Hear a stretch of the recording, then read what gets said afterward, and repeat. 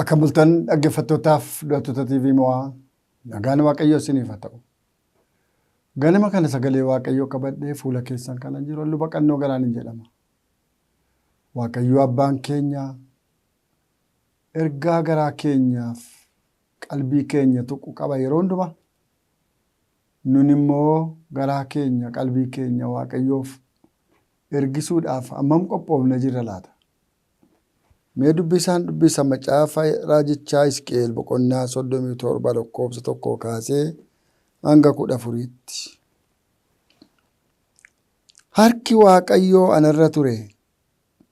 Innis hafuura Waaqayyootiin na fuudhee dachaa lafeen keessa guute tokko keessa na dhaabe.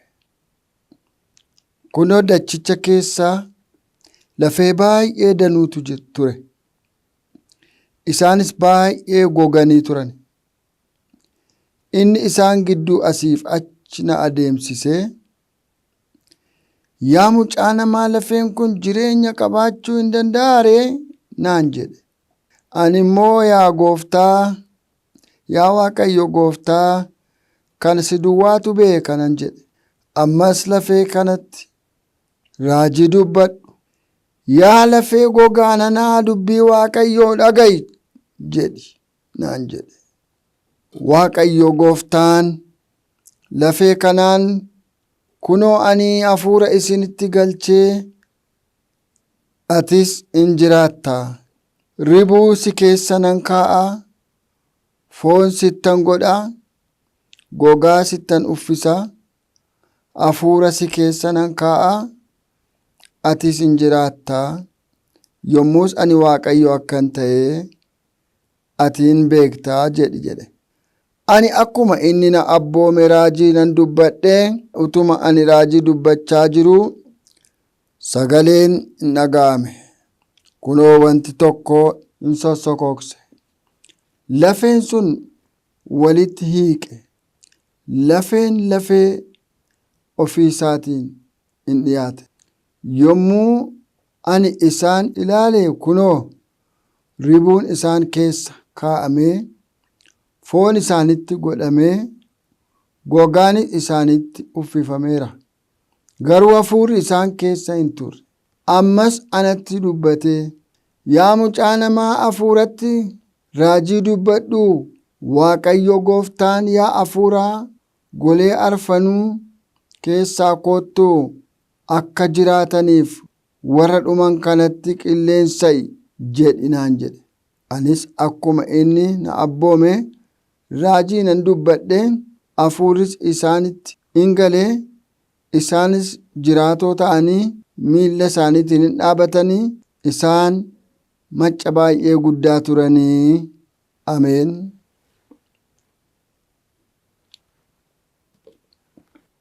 Yaa Gooftaa dubbii keetiin nutti dubbadhu. Sagalee keetiin nu eebbisi. Fagoof dhiyoo kan jiran hoolota kee sagalee aannanii damma caalaa nama qabbaneessuuf namatti mi'aawu irratti dhangalaasi. Bokkaan roobee garaa lafaa akka jiisu, firiis akka godhachiisu. Dubbiin kee garaa qulqullootaatti roobee firii akka godhatuuf si kadhanna. Yakkaaf daddarbaa ijoollee kee dhiiga ilma kee Yesuus Kiristoosiin dhiqii qulleessi. Surraaf simboo nutti uffisi, nu golgii, nu golboobi, nu geggeessi. Maqaa Yesuus Kiristoos leencichaan. Ameen. Kutaan kuni nama irra gashee ilaaluuf waan abdii guddaa namatti horudha. Irra isaa keessa gaafa laalan waan abdii nama kutachiisu. Hojii harki Waaqayyoo hojjete, hojii humni Waaqayyoo hojjete yommuu ilaalan immoo abdii namaa isaa gadi bu'etu isa cooligeetu deebi'ee lalisa, hin haara'a. Hafuurri Waaqayyoo narra ture jedha Hisqeel. Maaloo baay'ee keenyarra hafuurri Waaqayyoo haa ta'u. Hafuurri Waaqayyoo nurra hin jiru yoo ta'e waan goonu hin beeknu, lafa dhannus hin beeknu, waan nutti himamus nu hin galu, waan dubbannu sirriitti hin beeknu. Hafuurri Waaqayyoo garuu yommuu namarra taa'u nama geggeessa iddoo gara dhugaa hundumaatti jedhe Yesuus. Gara dhugaa hundumaatti isin geggeessaa. Kanaaf harki Waaqayyoon irra ture jedha tokko. Lammaffaa immoo maal jedhe? Hafuura Waaqayyootiin fuudhee dhaqee lafee gogaan lafa guutee bowwaa tokko keessa geessee na agarsiise jedhe. Baay'ee waan nama dinqudha. Hafuuraan dhaqeetu isa goge, isa harca'e, isa tamsa'e, isa jireenya dhabe, isa abdiinsaa warra saba abdiinsaa cite. Lafichi saba Israa'el akka ta'e gadi siqtanii yoo dubbistan argattu. Saba abdiinsaa citetti gidduu dhaabateetu jireenyatti jiraachuu danda'u. Kun booddee kana booddee eeggi harca'anii, eegga gargar ba'anii, bowwaa jechuun miila nama hundumaa gadi, eegga hundumaa gadi ta'anii jireenyatti jiraachuu danda'u ennaanii sodaate raajiin. Yaa gooftaa kana si duwwaatu beekaa jedhe. Maaliif? Yoo ilaalanii abdii waan kennu miti. Yoo Waaqayyoon ilaalan immoo Waaqayyo Waaqa guddaa kana gidduutti qexef akkan jenne sodaateetu kana si duwwaa beekaa jedhe. Jiraachisuu dandeessaa? Dhiisuu dandeessaa? Kana garatti deebistu situ beeka. Lafee gogaa harcaa abdiin keenya citeera. Kana booddee naman taanu hin oroomnu, harka boojuu jalatti hafne, biyya boojuutti hafne jedhanii saba guunguman. Saba irree Waaqayyoo irraanfate, saba humna Waaqayyoo irraanfate, saba gargaarsa Waaqayyoo, abbummaa Waaqayyoo irraanfate, saba abdii kutata, saba koo lammii koo tajaajiltootaa,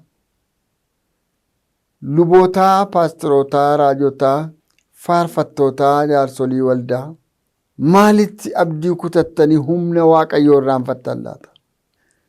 Humni Waaqayyoo mana garbummaa isa jabaataa jalaa isaan baaseera. Humni Waaqayyoo galaana gurguddaa isa hamaa si'a lama isaan ceesseera, tokko Museedhaan tokko Iyyaasuudhaan. Humni Waaqayyoo mannaa isaan nyaachiseera, samii roobsee dhagaa keessaa bishaan buqqisiise, hadhaa bishaanii mi'eesse. Humni Waaqayyoo inni lafa onaa sun itti irraanfatameetu, gargaarsi Waaqayyoo inni guddaan sun irraanfatameetu maal jedhaa? Abdiin keenya citeera. Waan nama taanu miti abboo jedha yaa'u Yesuus Kiristoos. Abboo akkas jedhaa yaa'inaa Waaqayyoo maal siniin jedha isin taazzaba. Mana kana keessa gatii maalii qabna jedhaan jiraatin haati mana abbaa manaa ijoolleen gatii maalii qabna jedhinaa jarana. Nuyi gatii hin qabnu, inni gatii baasu, inni gatii qabu Waaqayyoo guddaan jira. Joona kana wanta inni godhe yoo jiraate lafee gogaa kana gidduutti raajiitti dubban lafee gogaa kanatti maal jedhu? Anfoon isinittan biqisha, arribuu isinittan godha, angogaa isinittan uffisa, alafuura isinittin gasha, an jireenya isiniifan kenna jedhi.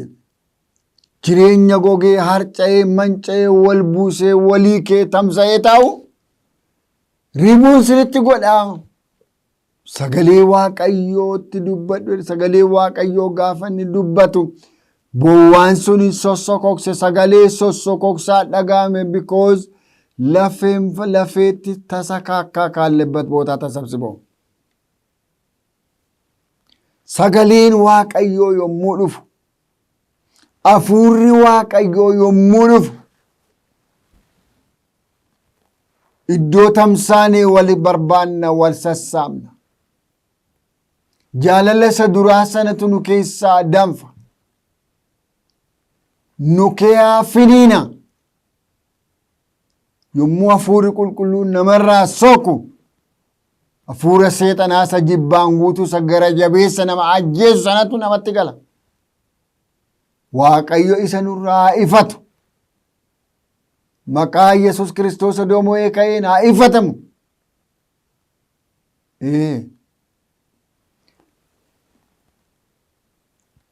akkuma dubbate foon biqilche, akkuma dubbate ribuutti godhe, akkuma dubbate gogaa foon irratti uffise, akkuma dubbate hafuura jireenyaatti baafate, akkuma dubbate jireenya isaanii kenne, akkuma dubbate macca jabaasaa, macca guddaasaa jabaatanii kan dhaabatan godhe, maccan sochoone godhe dhaabe. Namoota jilbi isin mudhu kaa'e qalbiin isin laamshaye Waaqayyoon amanachuu hafuurri keessan kan dadhabe Waaqayyo ganama kana sagalee isaa ergeera. Waaqayyo ganama kana hafuura isaa waamaa jira. Hafuurri isaa mana kee dhufaa jira. Hafuurri isaa gara kee dhufaa jira. Sagaleen isaa gara kee dhufaa jira. Wanti si harkaa harca'ee wal harcaasee walitti sassaabama. Wanti gogee akka hin taane ta'ee wal gadhiise deebi'ee ijaarama.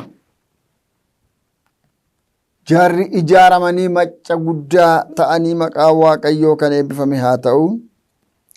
Ammas dubbiin Waaqayyoo gara koo dhufee yaa mucaa namaa ulee tokko fuudhii isa irratti Yihuudaadhaaf ijoollee Israa'el warra isaa wajjin walii galan jedhi caafi. Ammas ulee biraa tokko fuudhii ulee Efreem isa kaan Yoosefiif kan ijoollee Israa'el warra isaan wajjin walii galan hundumaa jedhi caafi. Ati immoo isaaniin Waaqayyo Gooftaan kunoo ani ulee Yoosef isa harka Efreem keessa jiru kan gosa Israa'el warra isaa wajjin walii galan sanaanis nan fudhadha jedheetu waan ba'ee dubbata. Owwaala keessan nan bana. Lafa isinitti tamsaatanii facaatanii goggogdanii amantiin isin harkaa badee dhugaan isin harkaa badee waan hin taane haasa'uu jalqabdanii walitti funaaneen deebisee macca jabaa godheen isin dhaaba'e.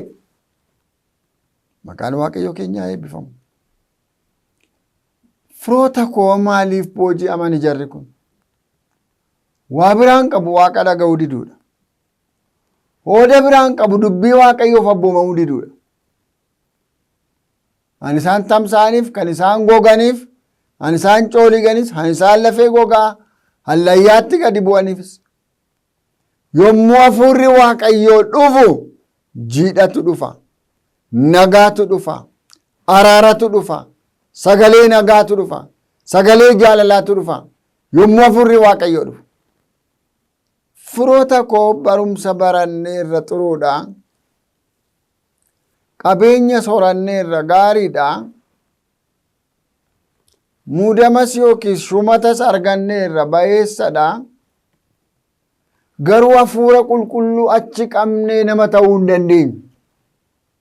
Namoonni Waaqayyoo warri taatanii hafuura qulqulluu wajjin walii galaa. Gara hafuura qulqulluutti siqaa. Hafuura kootiin malee humnaaf jabeenyaan miti jedhe. Kanaaf inni dhufee shalaqoo kana keessatti lafee kana funaanee walitti dachaasee macca jabaa godhe Waaqayyo Gooftaan macca mandara keessa lixeera, mana keessa lixeera, waldaa keessa lixeera, gartuu kadhannaa keessa lixeera. Inni immoo waan haaraa hojjeta. Boolla sinqiyaatti owwaalamteen keessa isin hin baasanni jara kanaan jedhe. Anoo du'eera maal kootu jira namoota jettan achi keessaa harki isin baasu ganama kana dhufeera sagaleensaa hafuurisa. Dhageenya Waaqayyo nu haa eebbisu. Haa kadhannu.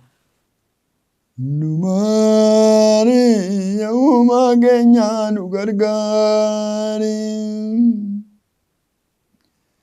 Waaqayyo abbaa tolaan kee wajjin jaalala nu gocha kee ilaalla yooma keenya nu gargaari.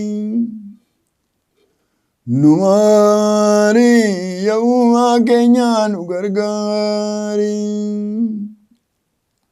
Yaa gooftaa Yesuus fayyisaa hafuura kee nuu ergika kennaan hundinuu si harka yaa uumaa keenya nu gargaari. Nu maari yaa Yesuus keenya nu gargaari. Dawoo keetti kan jiraatu si duwwaa kana amanatu dha'ichisiisaan argatu yaa uumaa keenya nu gargaari. Nu maari yaa uumaa keenya nu gargaari. Maal goonee namaa gadi taane laata? Maal balleessinee namaa gadi taane laata? Maal yakkinee tamsaane laata? Maal yakkinee goggogne laata? Maal yakkinee jireenya dhabne laata?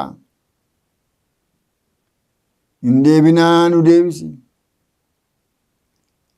Waan itti nu laattee dabarsteetti nu kennitee akka nu booji'ee nu irratti naggasu goote humnoota biraa maqaa keetiin nurraa gadi kaasi gadi buusi nurraa loli nagaa nuuf kenni qabbana nuuf kenni hafuura kee nuu ergi sagalee kee nuu ergi inni saba kanaan layyaa kee sassaabee macca jabaa godhe dhufee sassaabee macca jabaa nuuna godhu amajaajiin nu haa saalfatu diinni nu haa sodaatu warra gamtaa qaban warra tokkummaa qaban warra waaqa beekan warra nama beekan nu taasisi nama calluma jedhee akka horii yaa'u horii daggalaa cal jedhee yaa'u nun godhin nutti araarami yakka keenya nu dhiisi daddarbaa keenya nu dhiisi amala hin taane nu keessa jiru nu kee haa buqqisi waan ulfina keef ta'u yaada ulfina keef ta'u amala ulfina keef ta'u nu keetti hori nutti araarami malee dheekkamsaan lafarraa nun barbadeessin